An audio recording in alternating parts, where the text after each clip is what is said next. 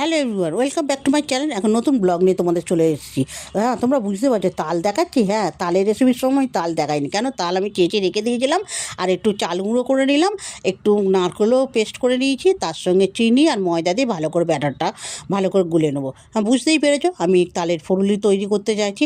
আর এদিকে আমার দিদি কত ছড়া বলছে, কত গান করছে, ও বুঝতেই পেরে গেছে যে আমি ভিডিও করছি, ওই জন্য এত কিছু। এদিকে আমি কড়াতে তেল বসিয়ে দিয়েছি, একটু ময়দা দিলে একটু ব্যাটারটা ভালো হয়।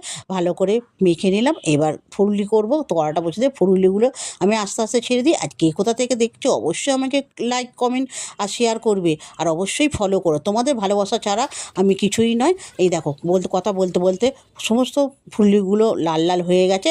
আর এই যে 4 দিন 5 দিন বর্ষা হলো, সেই বর্ষাতে এই ফুলুরি খেতে অসাধারণ লাগে। তোমাদের খাওয়াতে পারলাম না, তাই দেখিয়ে দিলাম। আর যে যেখান থেকে দেখছো অবশ্যই আমাকে ভালোবাসা দিও আর সাপোর্ট করো।